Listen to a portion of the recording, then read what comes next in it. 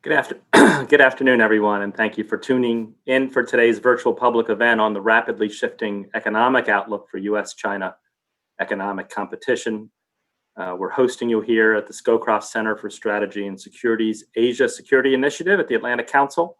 I'm Barry Pavel. I'm an Atlantic Council Senior Vice President and Director of the Scowcroft Center here. And I'd like to start by thanking our panelists, all of whom I should note are senior fellows with us, and thanks to them for joining us, as well as you. When you look back to the beginning of the year, it's difficult to believe that it began on a somewhat of a high note for US-China economic relations. The January 15th signing of a Phase 1 trade deal seems like a long time ago, but it promised to lower the temperature of an economic dispute between the world's two largest economies. Despite that early promise, however, we find ourselves today in what really feels like a fundamentally different geopolitical and geoeconomic environment from where we were then. The ongoing dramatic reversal of improvements in the bilateral relationship, in particular the economic relationship as well, comes at a time when the international system is facing what may be its greatest set of multiple strategic shocks since World War II. With a lot of dangerous geopolitical trends either emerging or accelerating due to the pandemic and what I call the secondary and tertiary shocks associated with it. There have been a couple of recent bright spots of economic news, the jobs report last week, the stock market upswing, but my own view is that major economic dangers loom ahead because, as I have been fond of saying recently, the virus gets a vote. And it is not as promising a trajectory as I think many are factoring in the near and midterm. And so perhaps the economic shoals are nowhere greater overall than the future of the US-China economic competition.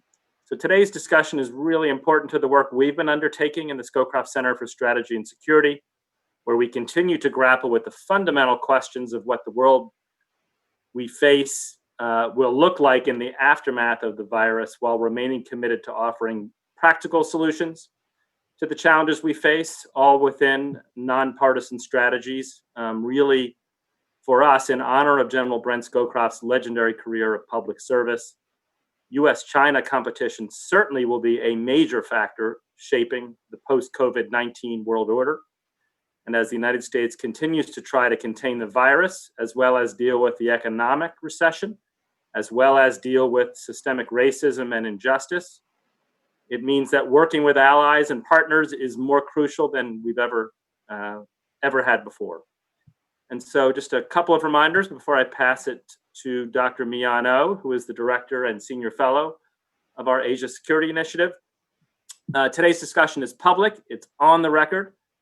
Those of you joining via Zoom can submit your questions through the chat function, and our broader online audience can submit questions by using the hashtag ACAsia or by commenting on our live streams on Facebook or LinkedIn. And with that, over to Dr. Oh to introduce our distinguished speakers and kick off today's important discussion. Thank you, Barry, and good afternoon, everyone.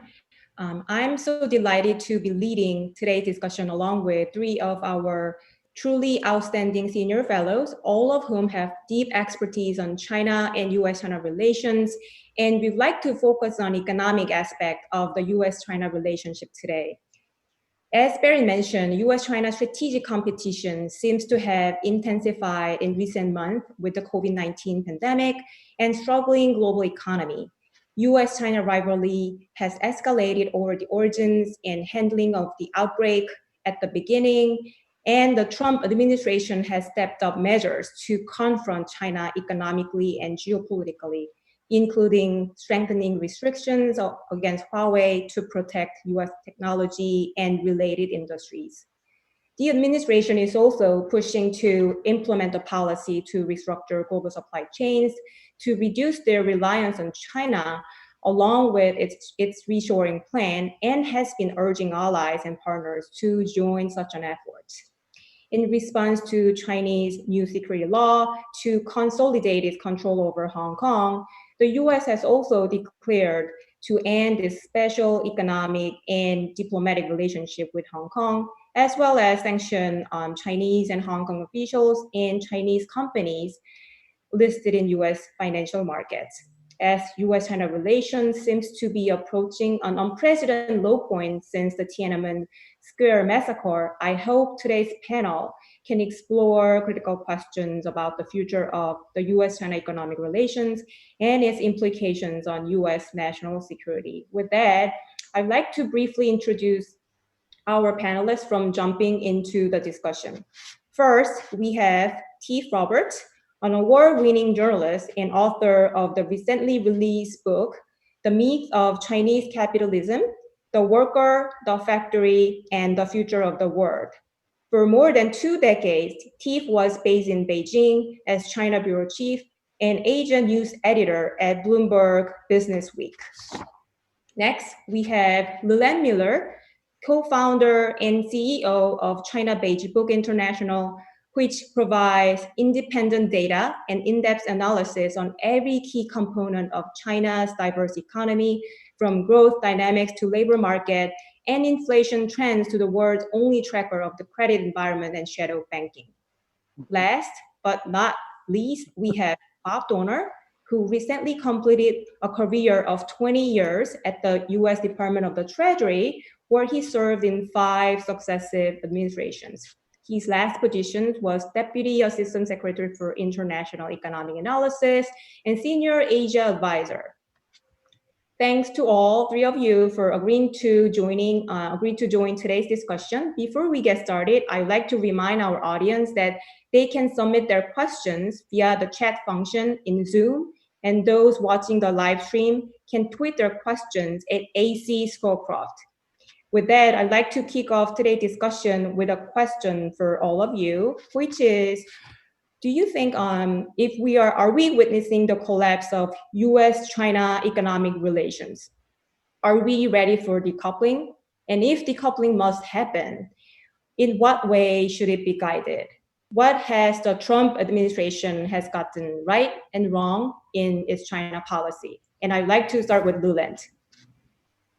Yeah, I think the answer to the question is no, we haven't seen a collapse yet, but I do think we're about to head down a pretty dark tunnel. The reason that I don't think we're there yet is that there's very little that's gone on in the relationship, despite all the headlines for the past several years, that's permanent. So if you look at tariffs can be pulled back. You're seeing a standoff over Hong Kong that's very serious, of course, but if you look at the US side, nothing's actually happening yet. A lot of this is based on the reaction will be based on how provocative the Chinese implementation of Article 23 is on the ground of Hong Kong. You look at Huawei, there's been some very tough measures. Has not been a hammer drop down yet. There have been loopholes that have been exploited, and you've seen the Huawei saga be tough, but certainly there hasn't been an end game there yet. Look at financial warfare. You have a situation where you're talking about delisting Chinese companies, but 3 years from now, you're talking about thrift fund no longer investing, the government pension fund not investing in Chinese equities anymore, but that's on pause, and that's a very tiny little aspect of the financial relationship. So you're seeing these issues be talked about for the first time. Certainly you're seeing the beginnings of decoupling in the tech sphere. Certainly you're going to see supply chain separation in areas of national security, whether that's pharmaceuticals, whether that's the tech side, but we're not there yet. And I think for the most part, what has been holding this together has been the phase 1 trade deal, the president's unwillingness to go tougher on China in certain aspects of the relationship, so long as he's getting Chinese buys and commodity buys as part of the phase 1 deal. When you look at the environment for the phase 1 deal, it was a very, very ambitious deal to start with, virtually unobtainable over 2 years. Although I think that the way that most of the 2 parties looked at this was sort of as 2 one-year deals, where year 1 was obtainable before the election, and then wait and see for year 2. But with COVID-19 now, the phase 1 deal is impossible. And so you're going to have increasing pressure to break up that deal, certainly from the U.S. side, certainly on President Trump as he approaches the November election. And as you see the phase 1 trade deal under assault, all the people that have been itching to go forward and have a more hawkish policy on China on the U.S. side are certainly going to have more pressure at their back, more wind at their back. And so I don't think we certainly haven't seen a collapse yet. But I do think we are on the precipice of a very, very difficult time in U.S.-China relations the next 6 months, but also the years going forward. Thank you, Leland. Now I'd like to turn to Teef. Well, I should start by saying I agree with Leland that we haven't reached total collapse yet. And that's a very, very good thing because the consequences would be hard to imagine. Many of our largest companies are deeply reliant on China for economic growth. They have been for years now. China's been a key global growth driver, which the world has come to rely on. And on the non-economic sphere, obviously, major issues like climate change, nuclear proliferation, global pandemic management, all those things are not possible if the relationship actually does fully collapse. I do think that we are seeing a low and a dangerous downward spiral in the relationship, the likes of which I've never seen in my 30 or so years following China.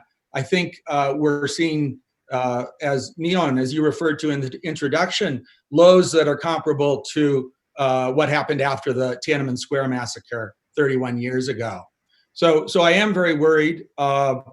As for phase one deal, as Leland also pointed out, not surprisingly, China hasn't made the progress that we had expected for that deal, which is mainly purchase agreements, mainly agricultural purchase promises that they made as part of that deal. And frankly, the promises they made were pretty unrealistic even before COVID-19 hit.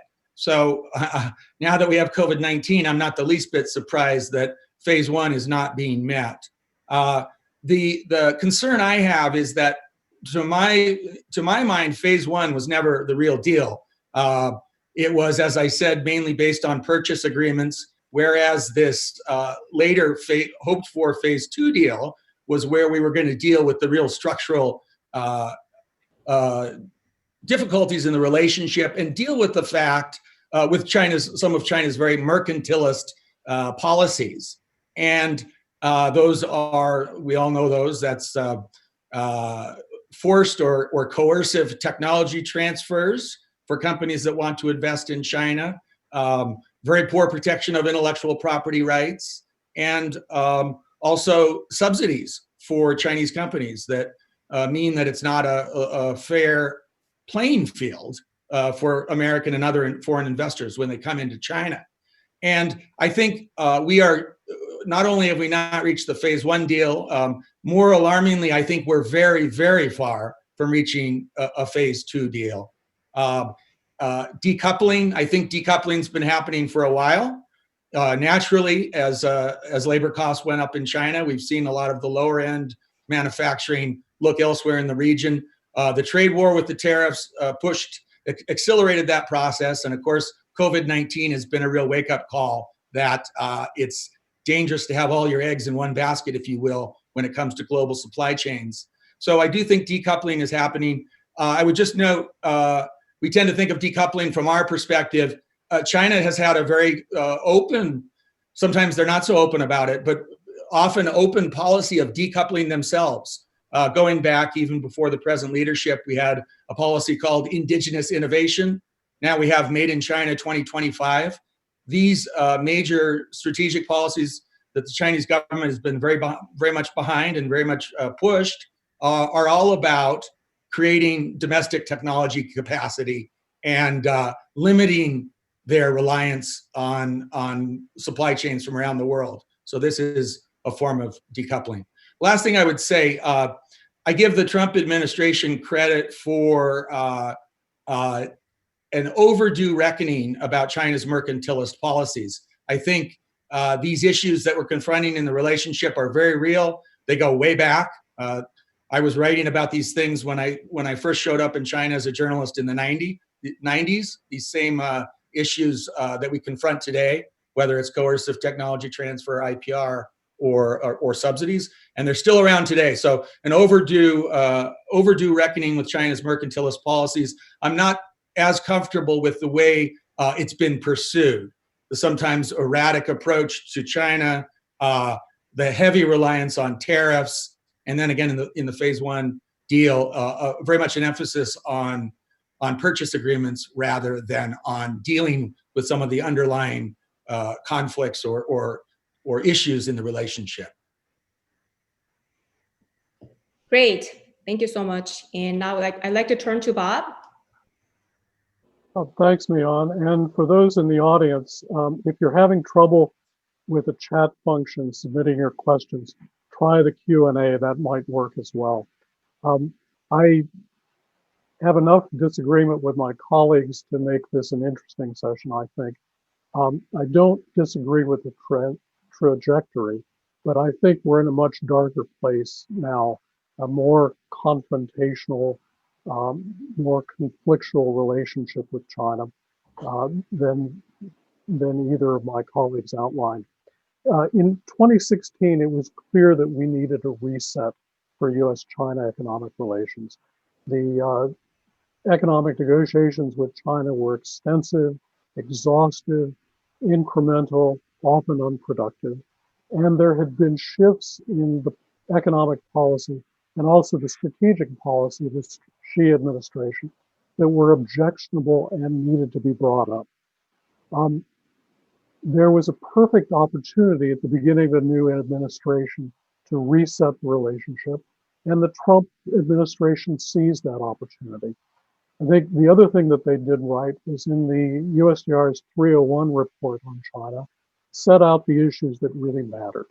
China's industrial policy, domestic subsidies, and a variety of technology acquisition policy, from JVs and forced technology transfer to China's overseas foreign investment policy to trade secret theft, espionage, and cyber intrusions.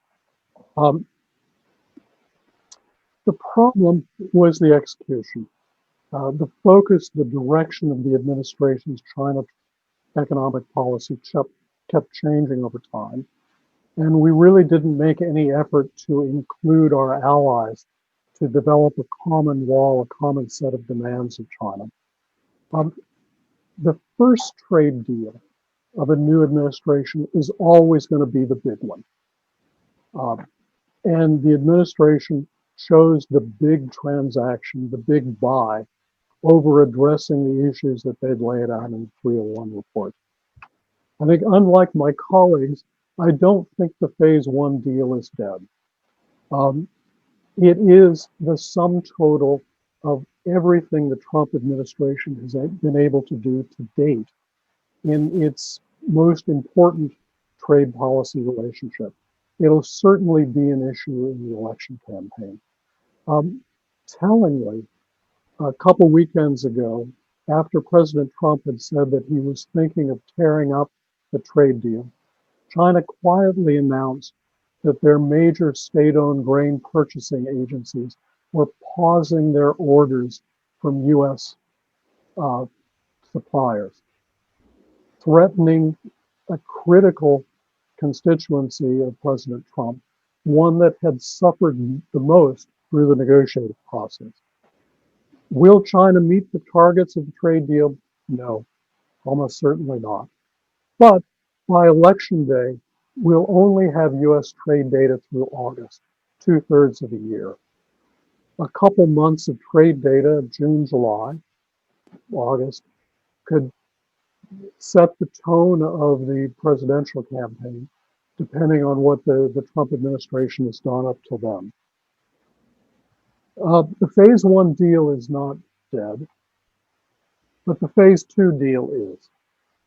I think the technology policies, particularly the pursuit of Huawei through a number of means, have made it impossible now to go back to negotiate with China on technology policy, on domestic industrial policy.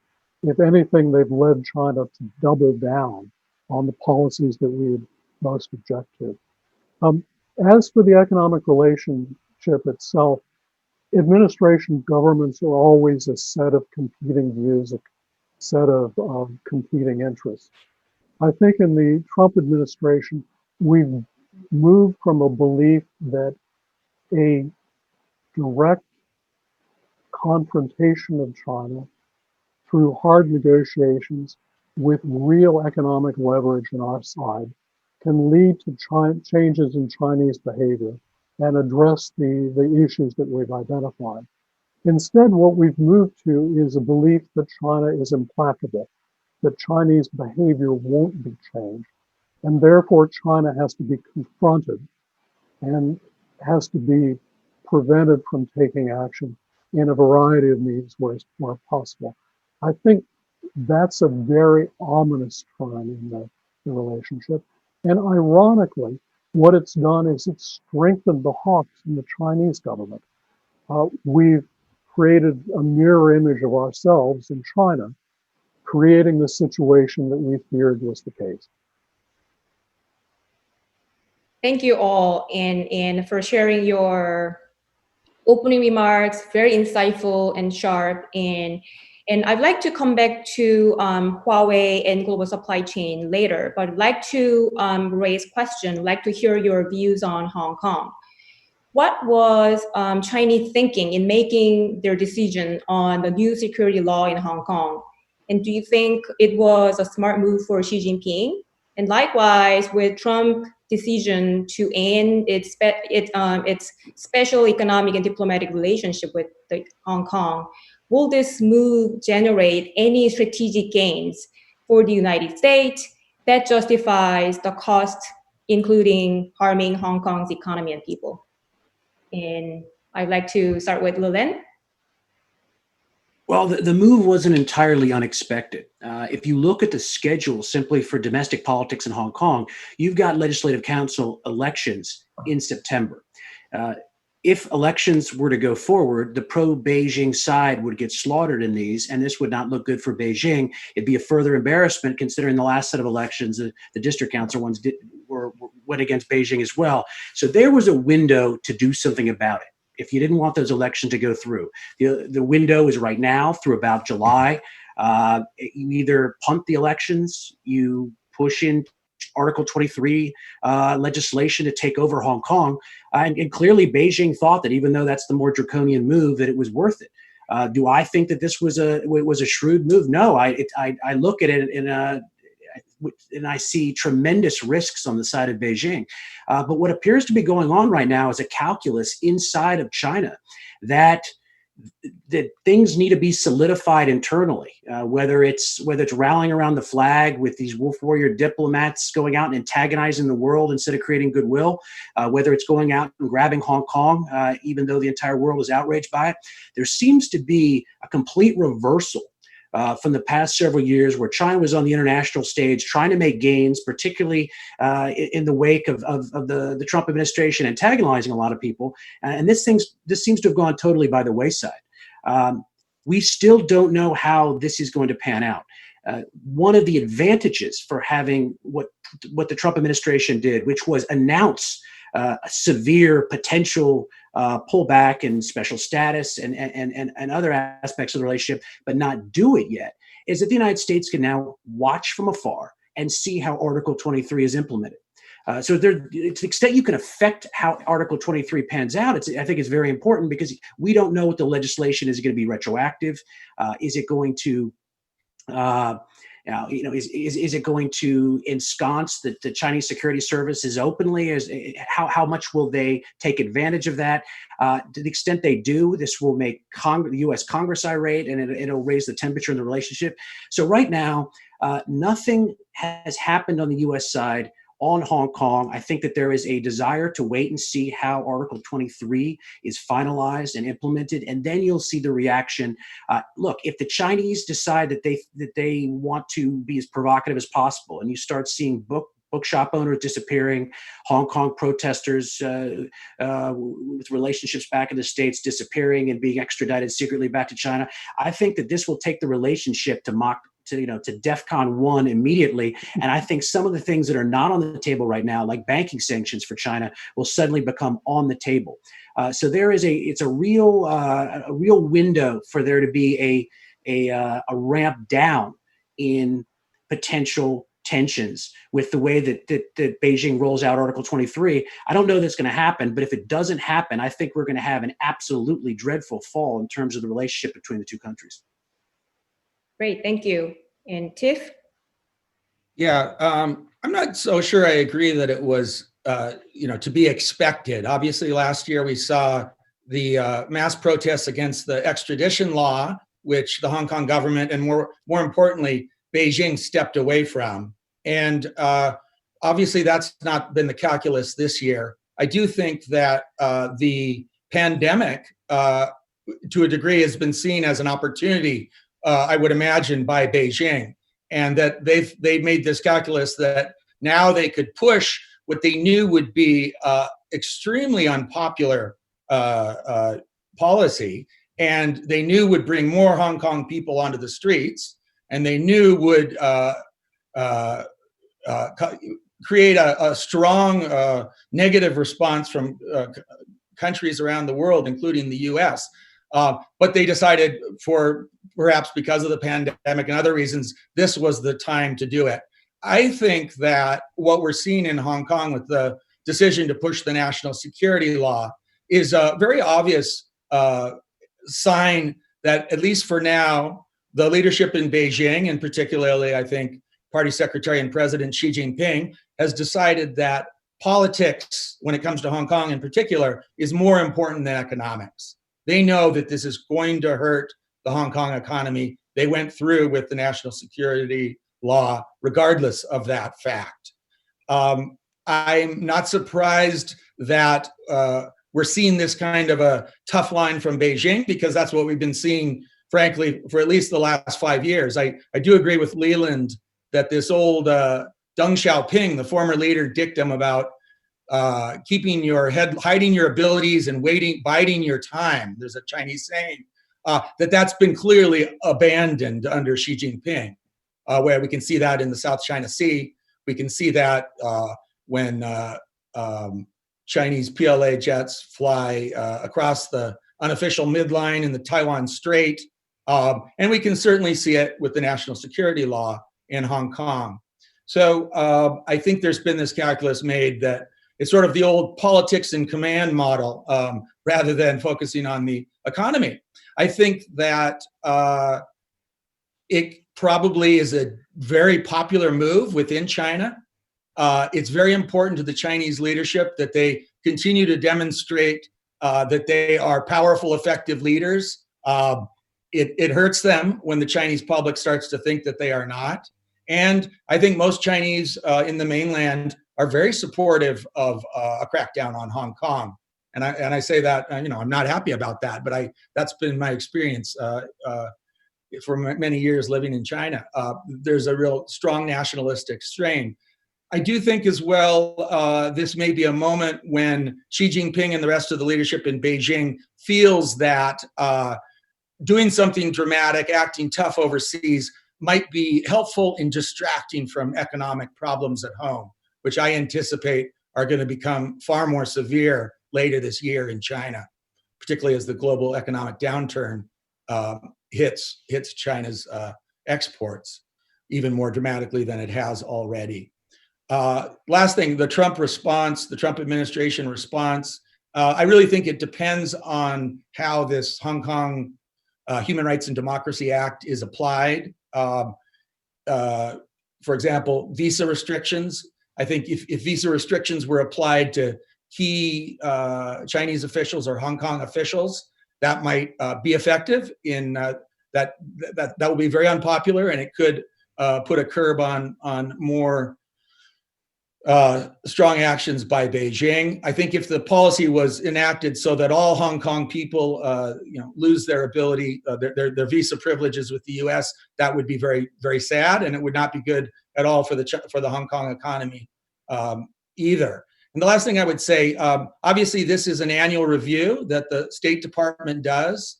Reminds me a little bit of back in the old days when we tied human rights to most favored nation trading status, which Bill Clinton did away with. So this is an annual review. So presumably, if China were to a year later show that it had decided to go ahead and grant Hong Kong the high degree of autonomy that was promised back in 1997, then we could these moves against China could be taken away. So I think the jury is certainly out at this point on how effective the U.S. response can be, but I don't have a huge problem with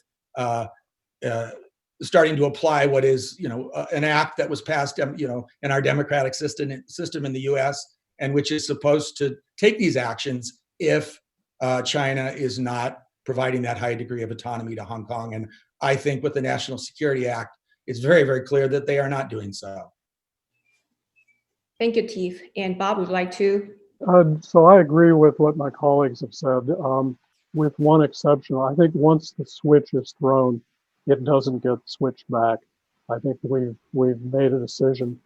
There's still the question of what sanctions, what parts of the special status we pull back.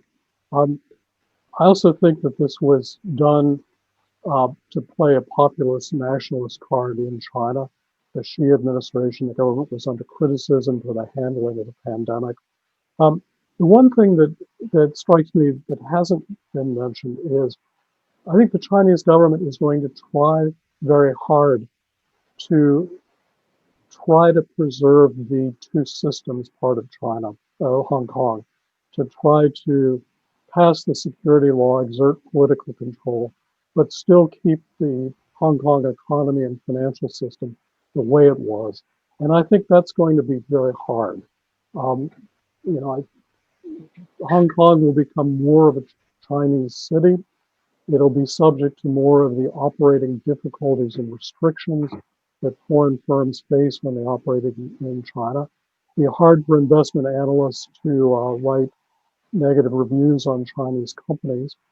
And the reason I think this matters is not because Hong Kong should be compared to other Chinese cities like Shanghai or Shenzhen.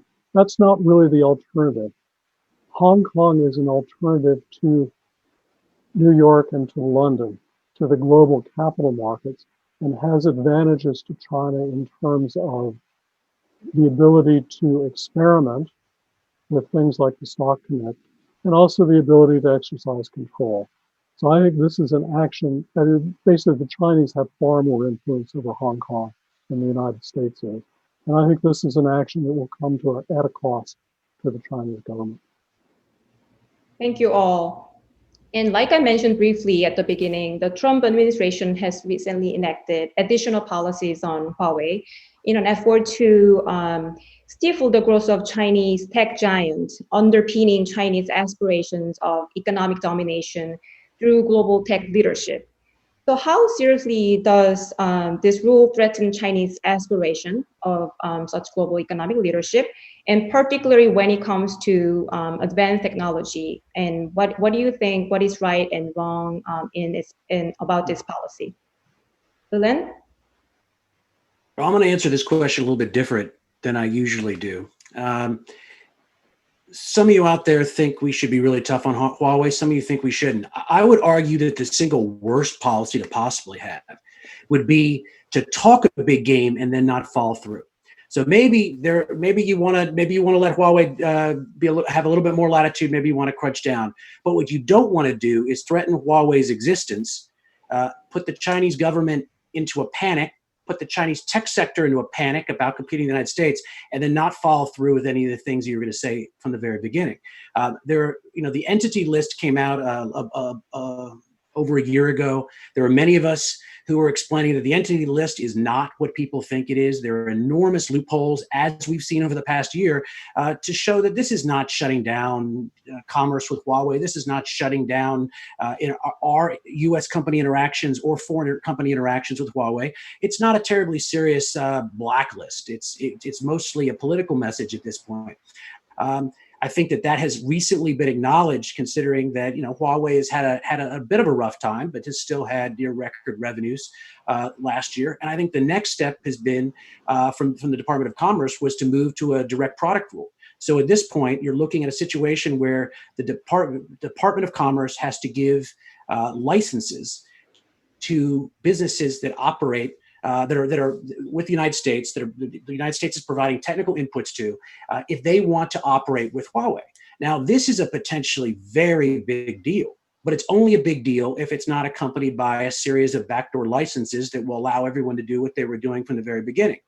I think the problem with this is, most of the policy with Huawei has been very loud, very excitable, and it's 2 steps forward, and then we take 2 steps back in terms of the toughness by moving forward and then allowing loopholes, and then moving forward and doing loopholes.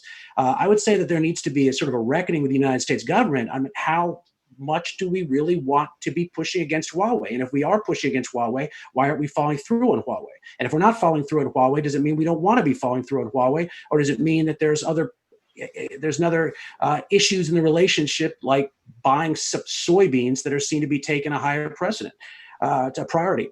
So I would argue right now that Huawei, based on what they've seen for the past 2 years, has every reason to look at this and to be quite frightened by what could come of it. But I also look at this and I think to myself, not much has happened quite yet. So it'll be up to the administration to really figure out how they want to handle Huawei. And I think the first test of this will be this fall when you see the temporary general license renewal up. The government suggested, State Department suggested that it's unlikely to get another, the Commerce is unlikely to give another renewal, but we'll see.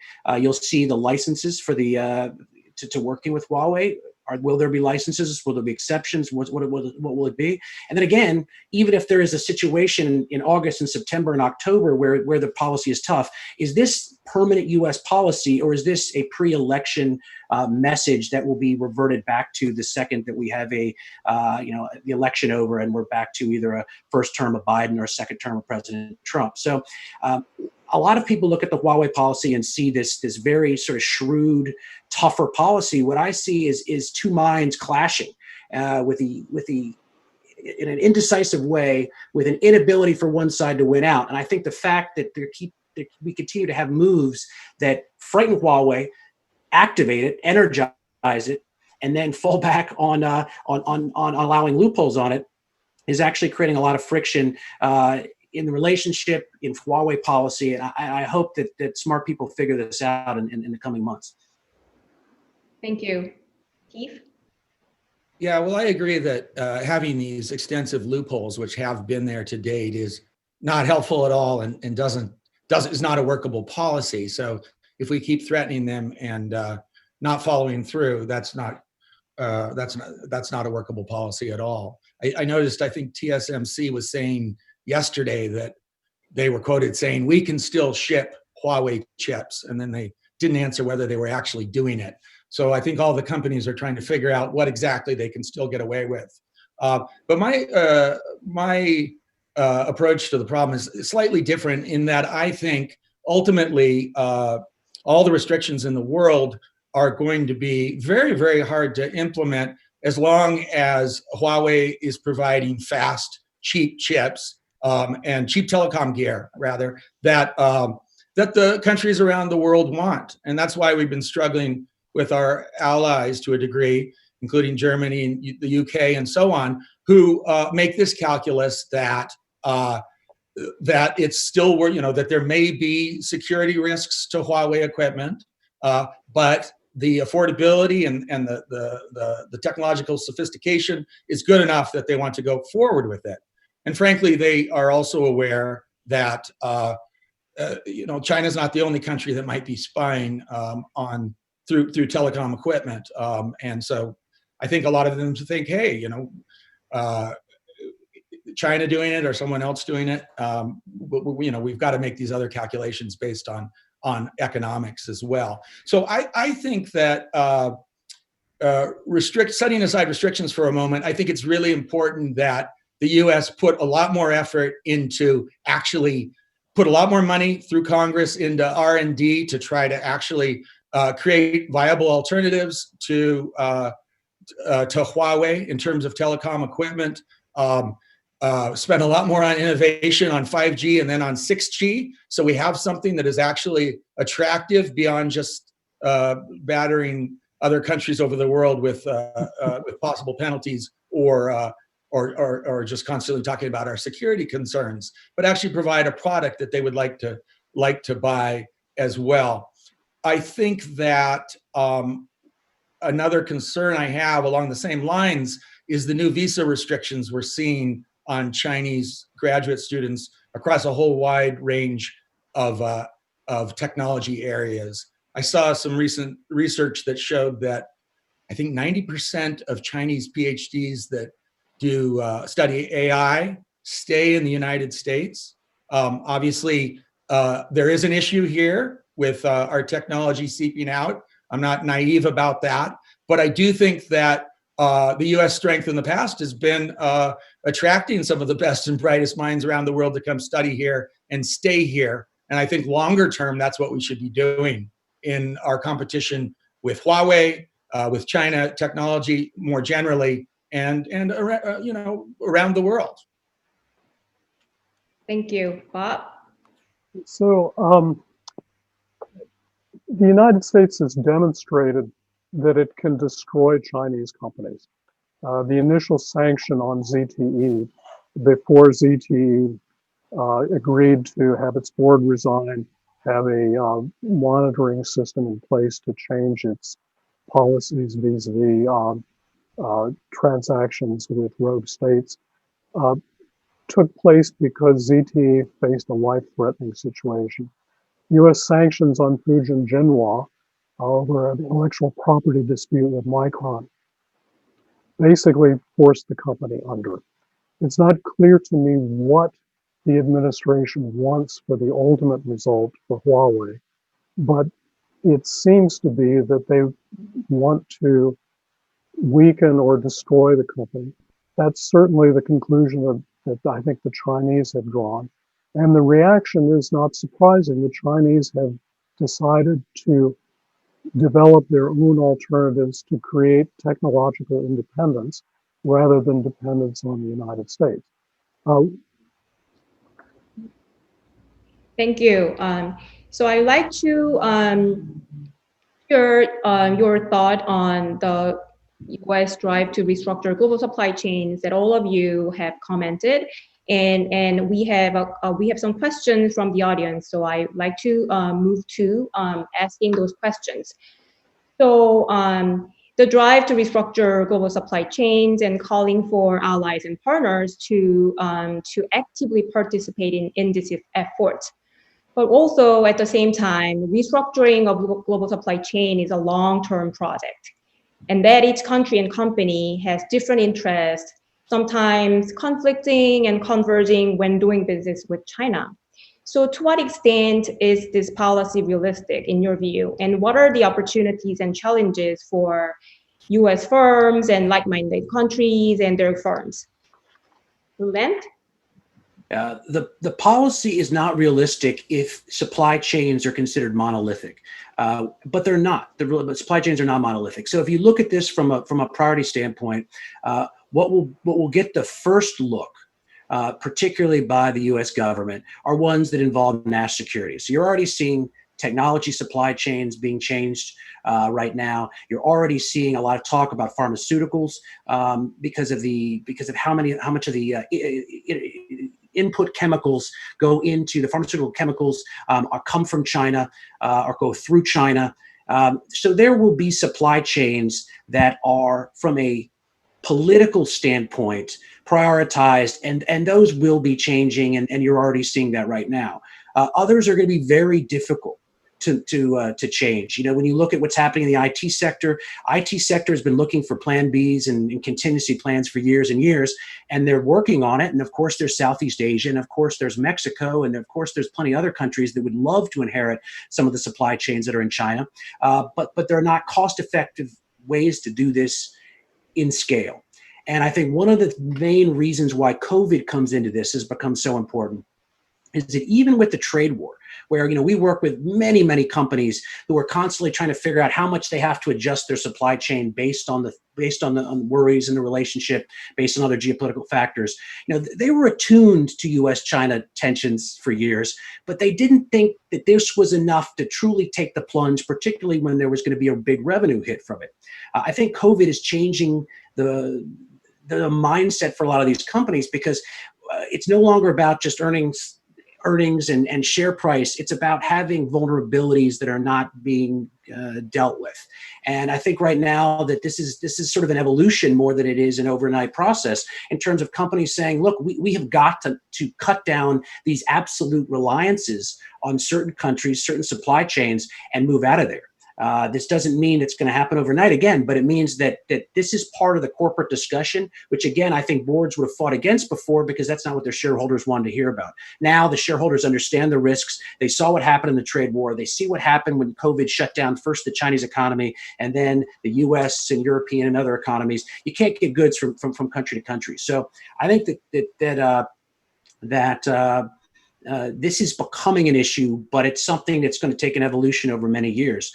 The second problem is people conflate two things, and that's getting supply chains out of China and bringing them back to the United States. And I think that there is going to be a lot more emphasis on the former and seeing where supply chains can be moved from China to neighboring countries, again, to Mexico, to other places. That doesn't usually mean they can come back in an economic way to the United States. And I think the fact that this is being conflated, particularly by politicians, is making it that much more difficult to have a reasoned policy on supply chains management. Thank you, Keith. So, yeah, I think, I don't know. So I sometimes take exception with the word decoupling because I don't think we're ever going to see a full decoupling. But global supply chain diversification is real. It's been happening for years. Going back with rising wage costs in China, obviously we saw low-end toys and textiles start to move into Southeast Asia, and that has continued. And the trade war and now COVID-19 has made that the need to diversify supply chains even more obvious today.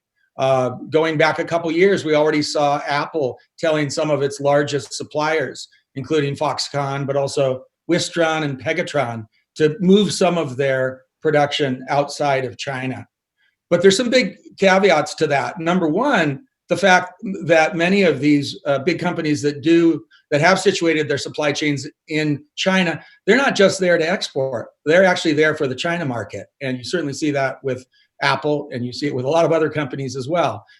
So they, yes, there may be good reasons to diversify the supply chain. There's also very strong reasons to leave a very significant portion of their global production inside China as they try to seek a bigger and bigger portion of the Chinese domestic market, the world's largest market, even as it slows, or fastest growing, even as it slows. I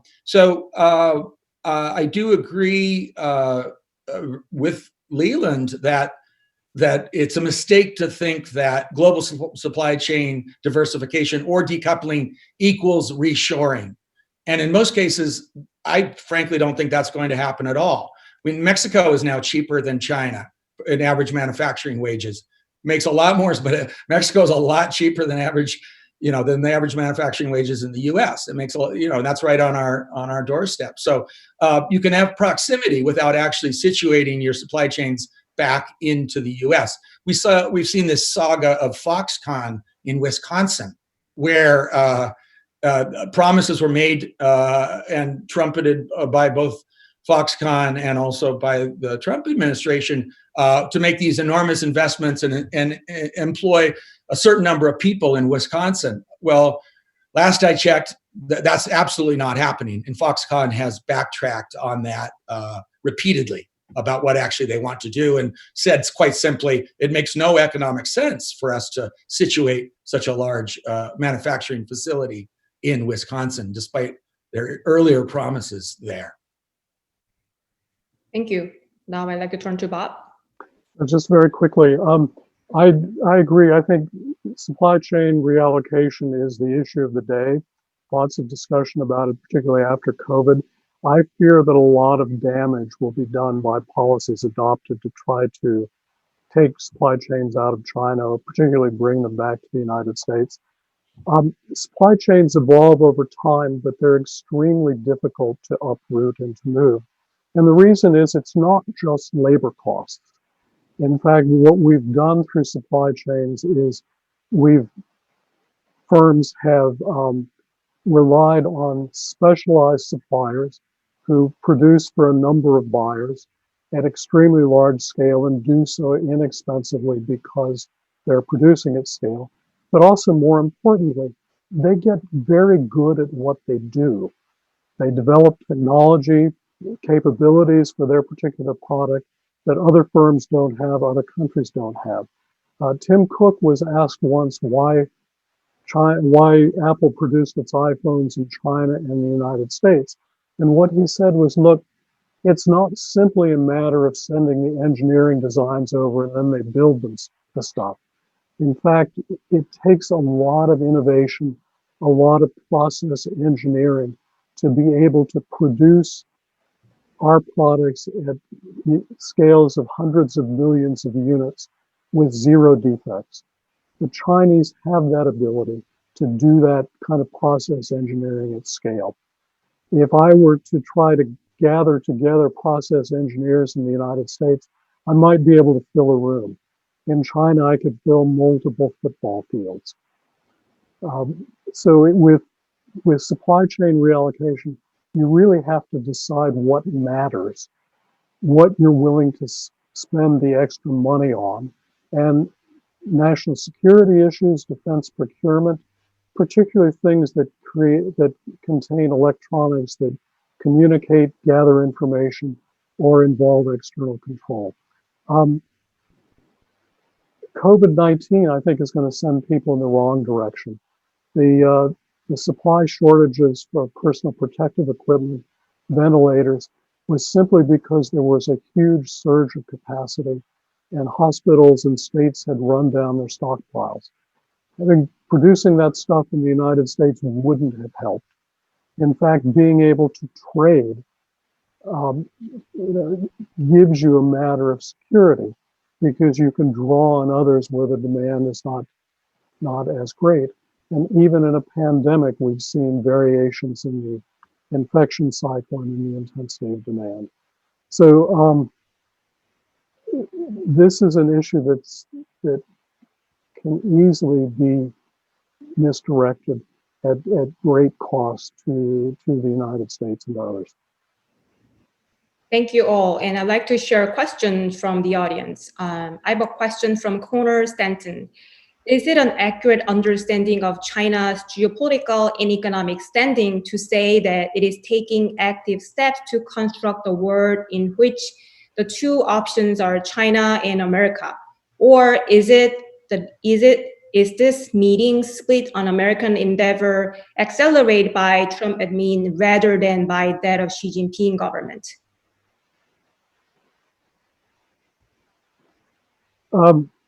So I'll start out on this one. I think Chinese, as any rising power, would like their interests reflected to a greater degree in international institutions and in the world economy. And as their technology has developed, has taken steps to promote it and also to encourage standards and procedures that favor their industries. I don't think that's unusual. I think that's what we've tried to do in the past. What's different and what's worrisome now is that both sides, but I think particularly the United States, are forcing a decision between US technology or Chinese technology, between cooperating in a US supply sphere or a Chinese supply sphere. And we will create de facto what probably neither side really wanted. Okay, hi, Tiff, would you like to say? I was just going to, yeah. So there's certainly plenty of blame to go around to both sides, and policies taken on both sides, which I think have actually intensified the dispute and the competition. Having said that, I push back a little bit on what Bob said in that I think there's been a qualified shift in approach on the economic side, but particularly on the geopolitical side under Xi Jinping in the last 5-6 years. And I do think whether it's expanding naval centers in the South China Sea, as I said earlier, flying jets a little more regularly across this unofficial line that separates the Taiwan Strait, and now with the national security law in Hong Kong, I think we're seeing a very obvious desire that's being, that the whole world is now waking up to, of China taking a far more assertive approach globally. We also see it in the wolf warrior diplomats. I mean, I was in China for decades, and I was very accustomed to wonderfully suave, very diplomatic Chinese diplomats. They don't seem to, the ones that are getting the press at least now, don't seem to exist anymore. They are going toe to toe, frankly, with Trump on their tweets, saying some very pushing out conspiracy theories, and taking a very, very bellicose approach to the relationship. And I think that's only happening because of a message from the senior leadership in China that this is how we want to approach our relationship to the world now. And I think there's real cost to that. Again, the national security law for me is just the latest but very dramatic example of that desire. Great, thank you. Leland? I have nothing really to add except that I think that you are seeing muscle flexing by the Chinese. I think you are seeing a withdrawal from leadership positions by the Americans, and I think this is going to make the world more dangerous, not less. The combination of the two.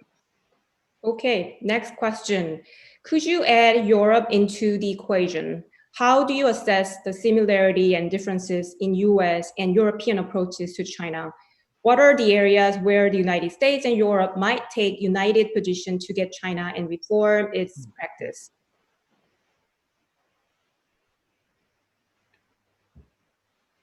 Can I start with you, Leland?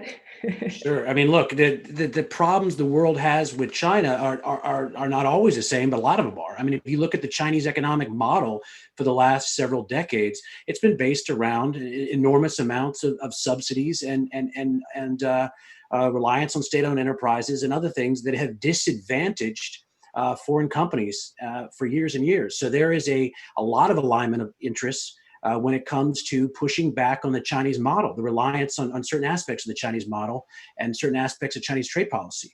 You're seeing some sort of coming together on Huawei, it seems, although this is a very difficult situation.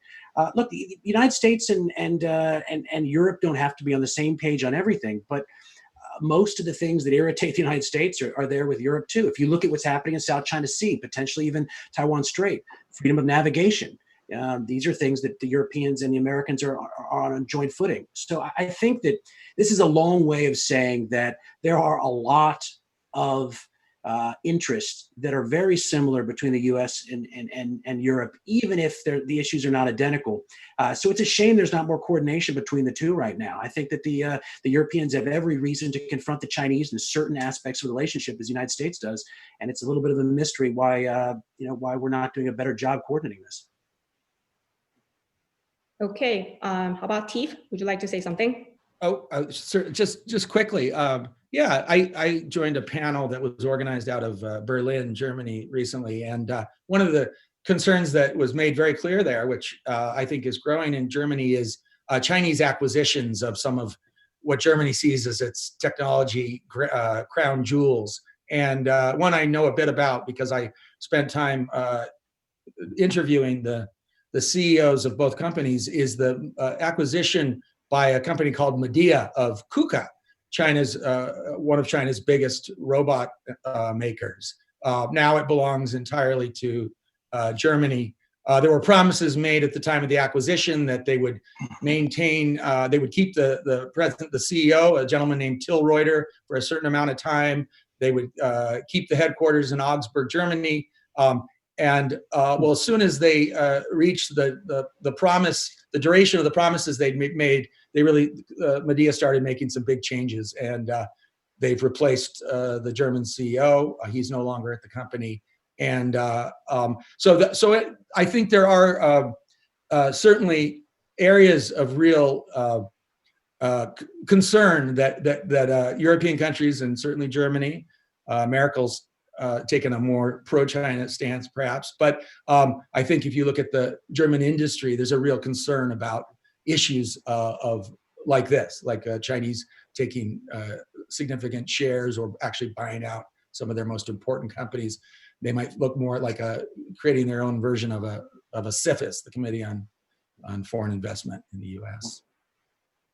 Thank you. Bob would like to share. Yeah, just very quickly, one characteristic of negotiating with China is that they really fear being isolated and having the rest of the world lined up against them. They will take great steps to try to divide opposition when faced with situations in which they are isolated. They'll react and change quickly.